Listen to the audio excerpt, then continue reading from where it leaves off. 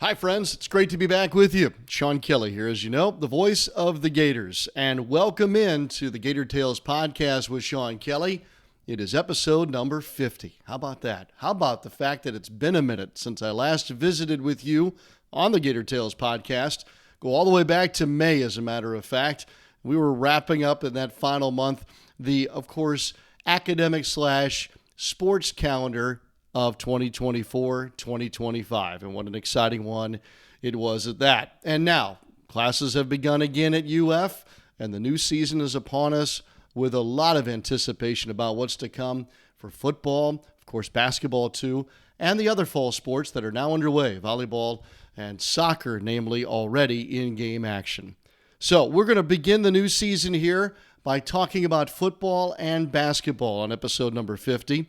First, on the football side, there's an exciting new wide receiver for the Florida Gators, a transfer who's now at his third institution, but playing out his eligibility here in this redshirt senior year. That's J. Michael Sturdivant, who's going to be a star, no doubt, for the Florida Gators. And he is a part of a very talented wide receiver room and a Gators football team that's riding a 4-game win streak dating back to last season and is all set to begin the new campaign with 2 games at home against Long Island and against South Florida before entering SEC play in Week 3 against LSU. So we'll visit with J. Michael Sturdivant, get his story and his thoughts now on what has become already a fast start. See what I did there? For this wide receiver who stands at better than 6'3". Meanwhile, men's basketball is still celebrating, of course, its national championship. Earlier this past week, there was a big ceremony at the Heavener Center.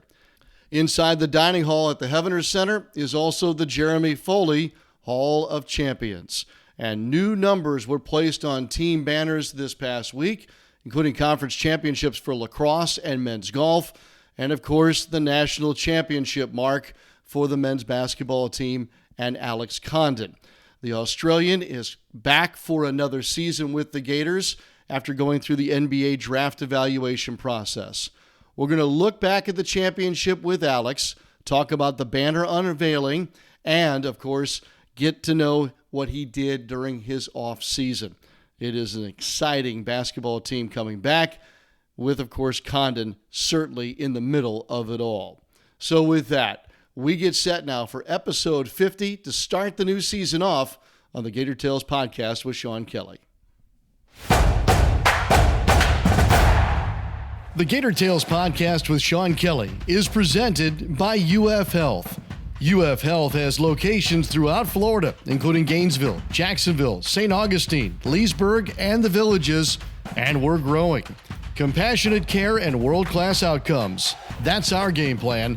Visit ufhealth.org to learn more. And now, the podcast designed specifically for the congregation. J. Michael Sturdivant is our guest now on the Gator Tales podcast. First question, what does J stand for? The J, my name is a junior. So me and my dad, we got the exact same name. So they just put the J in the front to be a little different. I like it in the front. I've never heard that before.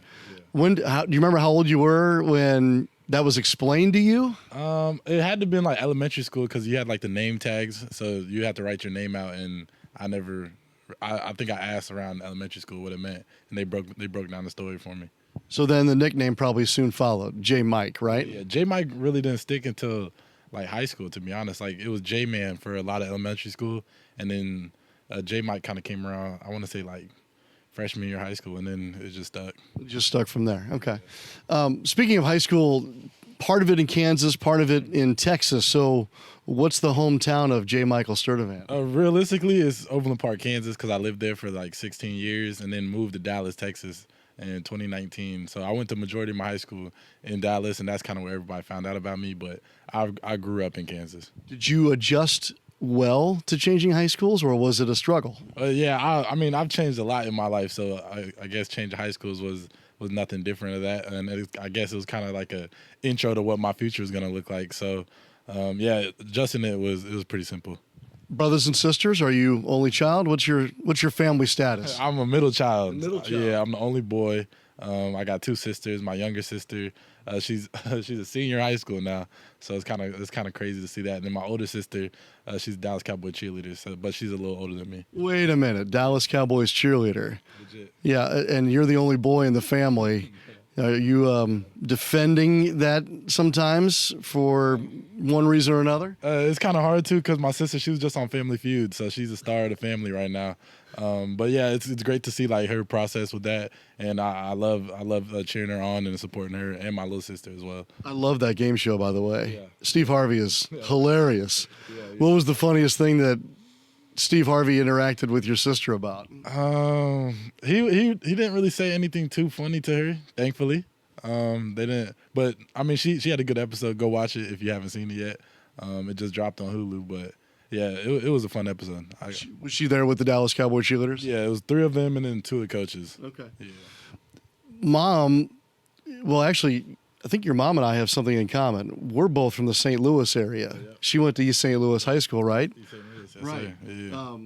Jackie Joyner Kersey, also an East St. Louis Flyer. Was mom track and field when she was there? Yeah, she's a track and field. She was the reason that like track and field was heavy in my life and my little sister's life because track and field was her whole life. Yeah. Hall of Famer at Bradley, so she ran well. You did your homework. A little bit. I had to dig in a little bit here. When you say you had a track and field background, what were you competing in? I would do the 1, the 2. I hated the 400, so I would do the 4x4 if we didn't have anybody else, and then I would long jump, and then 4x1 too. Best time in the 100 for you was?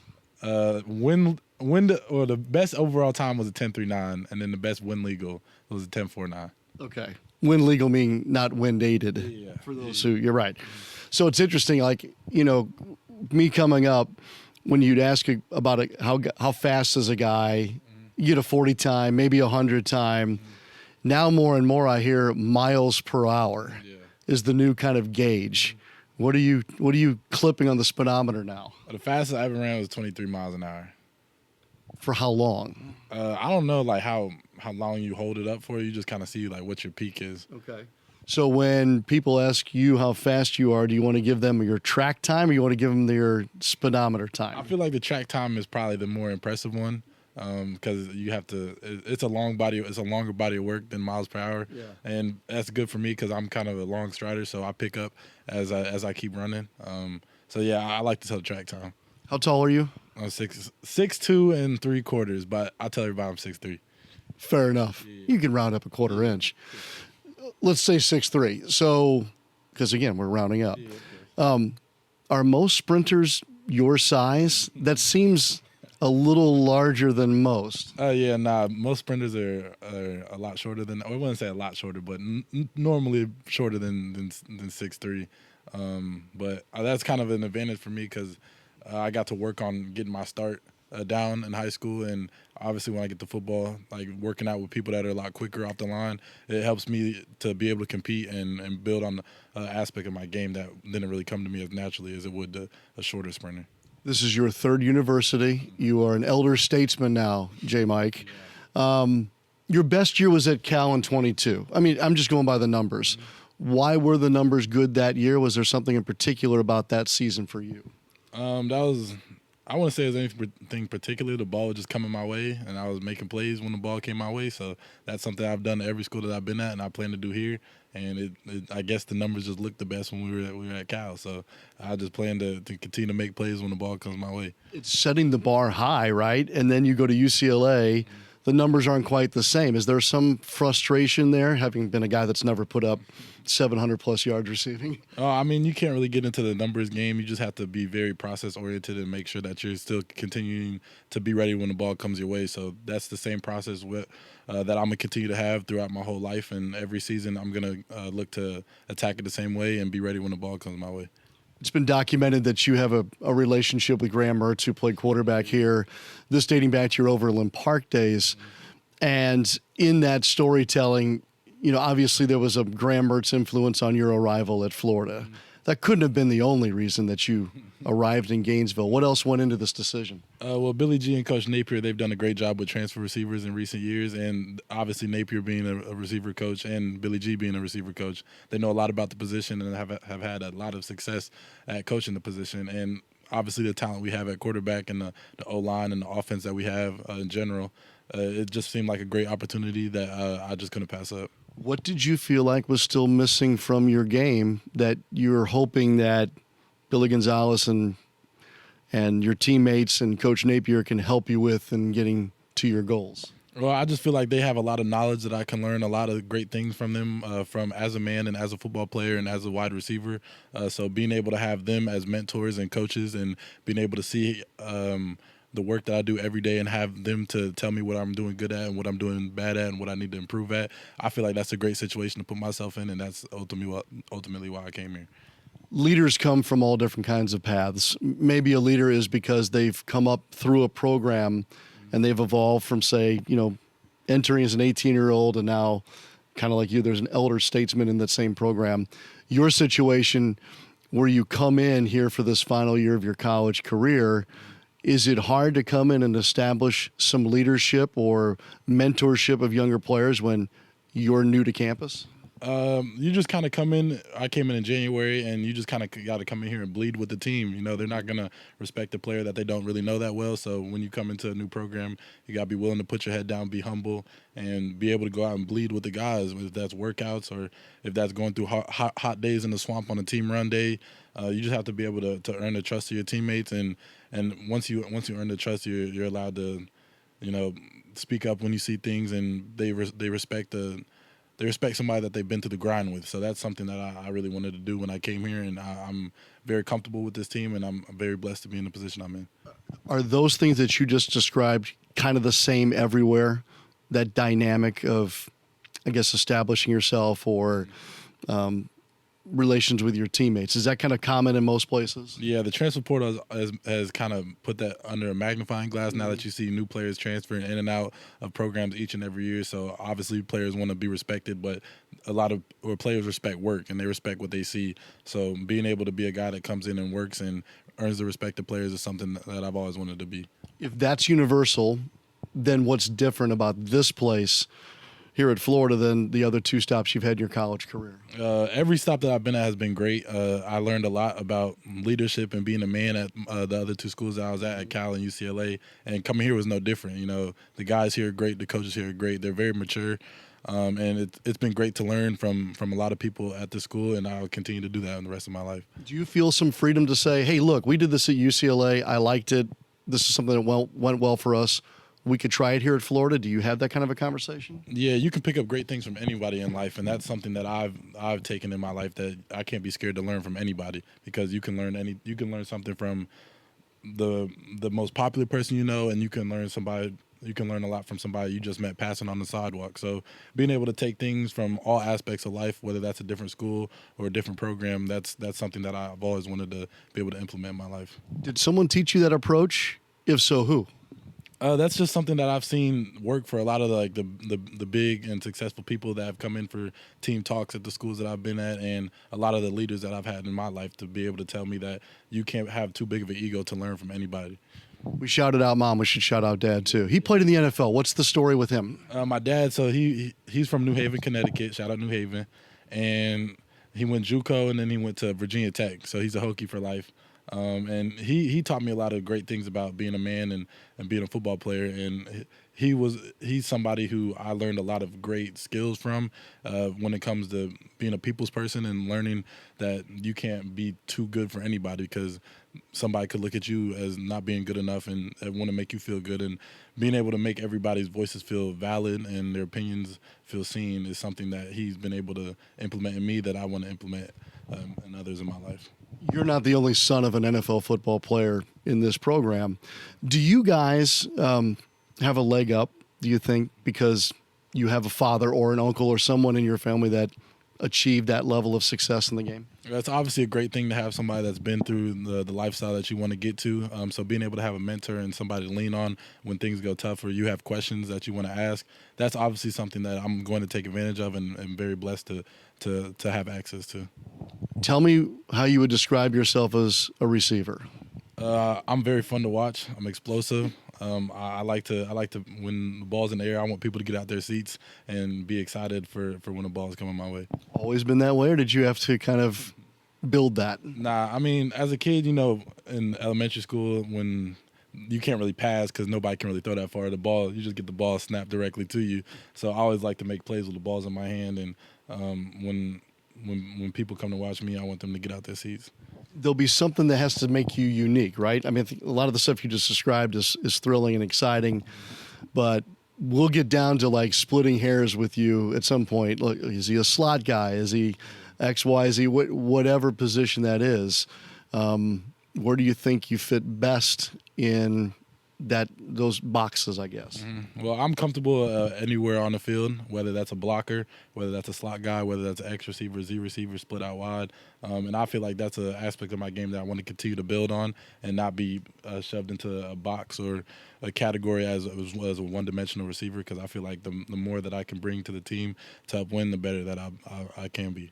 We mentioned your body type. We mentioned your background. It's amazing to me when I watch the group of wide receivers here now at Florida. They're very uniquely their own build and style. Do you find that to be the case, and why is that a strength? Well, Billy G has done a great job of putting together the receiver room this year, and we meshed together like a family. So it just shows up on the field more where we want to be able to make the play to help the other team, or we want to be able to make the block to free up another guy on the team or another receiver. So Billy G making sure everybody is humble and we check our egos at the door is something that helps his team and helps the receiver room be as great as it can be. Are you a routine guy? Yes, I am. I don't like to get knocked off routine a lot, and I feel like it just helps you keep a little structure, which is something that I'm trying to work on in my life, is having more structure and being more consistent. So being able to have a routine is something that helps me with both of those things. It's hard. Yeah. It really is. I mean, yeah. Especially at your age too. Is there a game day routine? Well, I haven't gone through a game day here, so But you've been through enough. Yeah. But everybody's game day, or all the schools that I've been at, the game day routine is a little different, because the way that the bus schedule or the wake up schedule, the pregame meetings, has all been different. So I have an answer for you after the first game. How are you handling the Florida heat and humidity here during training camp? The Florida heat is different, man. It builds character, but it's something that Billy G and Coach Napier have said that we have to make our advantage. So when people have to come play in the swamp, that's something that they're complaining about, but it's something that we can thrive in. So that's been something that you just gotta embrace it, and that's something that I've been doing at this camp. Two more things I want to ask you. Number one is about the conversation that you and your teammates are having entering the season. Is it goal-driven, this conversation? Is it a culture type of conversation? What would you say you and your teammates are kind of finding common ground on leading into the new season? That's a culture thing, man. You have to love this, and you have to be completely bought in, because if we're only as strong as our weakest link, and if everybody's not bought in, this team's not gonna do what we want to do. So that starts in the locker room, cleaning up your stuff, and then it carries over to the weight room, and then it ultimately carry over to the field. So that's something that we've done a great job at, is building a culture of integrity and toughness, and that's something that we're going to continue to do to be successful this season. Your favorite stadium that you've ever played in is what? And your thoughts on what your debut in this venue, the Swamp, will be like here coming up shortly. Favorite, I don't know. I've been blessed to play in a lot of great stadiums, and that's something that I don't take lightly. But I am definitely looking forward to playing in the Swamp this year. And the first game's a night game, so I love the night game. I've heard a lot of great things about the night games, and so I'm looking forward to it. I think we're going to see a lot of number 9 in the Swamp this year making plays. Thank you very much. Thank you. Go Gators.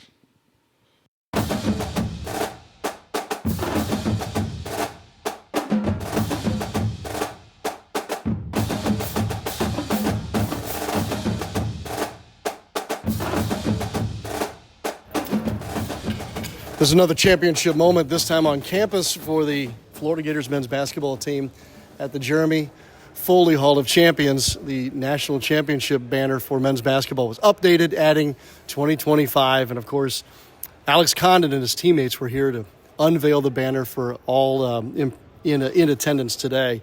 This celebration has been ongoing, obviously. First of all, how are you, by the way? Doing good. Back in Gainesville, getting back to work, and just the cherry on top, coming in and celebrating with the team. It was great. How did it feel today to to do this, to see it actually tangibly on a banner again? Yeah, just shows the hard work that we put in last year with that year's team, and it's good to get some appreciation. But we're worried about this year and locked in for that. Have you had a favorite moment of celebration since the Final Four? I think right after the championship game, when we just went around the river in San Antonio, was a pretty special moment. We going around with the team and just seeing all the Gator fans that traveled all the way to San Antonio to show their support it was great. So special memories there, and it's finally sunk in that we actually did it. What was it like for a kid from Australia to find himself at the White House meeting the President of the United States? That was another crazy experience. Me and Coop talk about it all the time. The last month of our lives, or a couple months, has just changed since the national championship. So getting to the White House and meeting the president was crazy. I think it was on some news articles in Australia that an Australian was meeting the president, and it was definitely just a cool experience, and very hospitable type of place too. That made you a diplomat, I guess, of some sorts, representing the home country. I don't know about any of the U.S. politics or anything like that, but it was just something that I thought I never would do, so it was crazy. Certainly so. Yeah. Did you get back home at all? I know that's a long way, but did you go back home? I did go home for, I think, around 2 or 3 weeks in the middle of the break, right after I declared I was coming back to school. So, good to catch up with family and friends and just kind of get that mental reset, because it was nonstop for me after the championship. You mentioned the decision to come back here to be a Florida Gator again. What went into that decision? Tell me more about your experience in the NBA draft evaluation process. Yeah, I loved the process. It was definitely a grind, and I think it was the hardest I've ever worked. Just working on my shot especially, and conditioning-wise as well. I think I was in the best shape of my life. Just really doing it every day and just being consistent. And I was out there in Irvine in California, working out with my agency every day, and prepared well. Went to the combine and performed well. I think I had good workouts with teams, and just learning what I wanted to get, what the teams wanted me to do next year, so I can have a great last year here at Florida. Were you disappointed in any way? I mean, everything you just said there was very positive. Yeah. I think that when you get a little taste of what that next level could be like, were you a little disappointed that it's probably another year away? Yeah, I feel like I could have gone this year, but I think I know my ceiling as a player, and I can really boost that kind of just being having another good year at Florida. We're going to play through our bigs this year, and I know Coach is going to put us in a position to succeed as well. Say that again. You're going to do what this year? Play through the bigs? Play through the bigs a lot. We got to, Tommy at the 3, me at the 4, Rue at the 5. It's going to be scary hours for teams. The idea of repeating, is it even something you all talk about, or is that kind of taboo in some way? Todd actually said last night that he's not going to mention that we're repeating as much this year, just because last year's season was last year, and it was successful and it was unbelievable. But if we want to win this year, that we got to stay in the moment and got to take it game by game. Last year we kind of snuck in as an underdog team that no one really knew about, and I think this year we're going to have a big target on our back every game, and teams going to storm the court after they beat us this year at away games and stuff. So we just got to be mentally tough and use that championship experience that we got from last year going forward. Hard to say goodbye to some guys that were a part of that whole process. That's a natural thing. Also natural that there are new pieces. Yeah. What have you started to learn about some of your new teammates? Yeah, it was great to see Boog get out there yesterday for the first time. He had dealt with a little injury, and just great to see him. He's been working really hard on getting that right, and post-surgery, getting ready for the first couple games of the season. So it's been great to play with him, and I think Xavier Lee's really stood out to me as well, just with his work ethic. I think everyone who's come in has really elevated the standard and just brought a lot of energy that way. And you're going to see a lot of dimes from Xavier Lee this year, I can tell you that. Last thing is this. Soon you'll get a championship ring, which will be so special. Alex, is there anything else from last season that you'll hold on to, you think, for the rest of your life? Was there any piece of memorabilia or item that means more to you than perhaps others? Yeah, I think it was a pretty cool thing that we got was the chairs that we sat in from the game. That was definitely pretty cool. And just obviously just having the relationships with those boys, that big three got picked up to the NBA. So, it was just a really happy couple of months just seeing those guys succeed and, live out their dreams. Oh, I did have one more thing. I still can't get the mental image out of my brain of you diving after the ball to end the game and win the championship. How many times have you watched that, and does it look the same way as it did in real time for you? Yeah, in real time it was just a play that I would always make, I feel like. But, definitely seen it a few times now, and, I'm ready to do it again all next season. Great to see you. All the best, and have a good start to the new semester. Thank you, mate. Well, after that magical run last spring, it sure was great to see a lot of the guys back for that big ceremony, and I really appreciate Alex Condon for taking some time to visit with us. Thanks to J. Michael Sturdivant as well. I'm very excited to see him on the field. Look for him, number 9. He's going to have a big year this year for the Florida Gators. And, of course, just, general overall excitement about the start of a new season. My 4th now as the voice of the Gators. Thank you all for participating and making us a part of your day. Hit that subscribe button, and don't forget, you can get the Gator Tales podcast with Sean Kelly, presented by UF Health, wherever you get your podcasts. We'll see you next time. That'll be episode number 51. Until then, so long for just a while.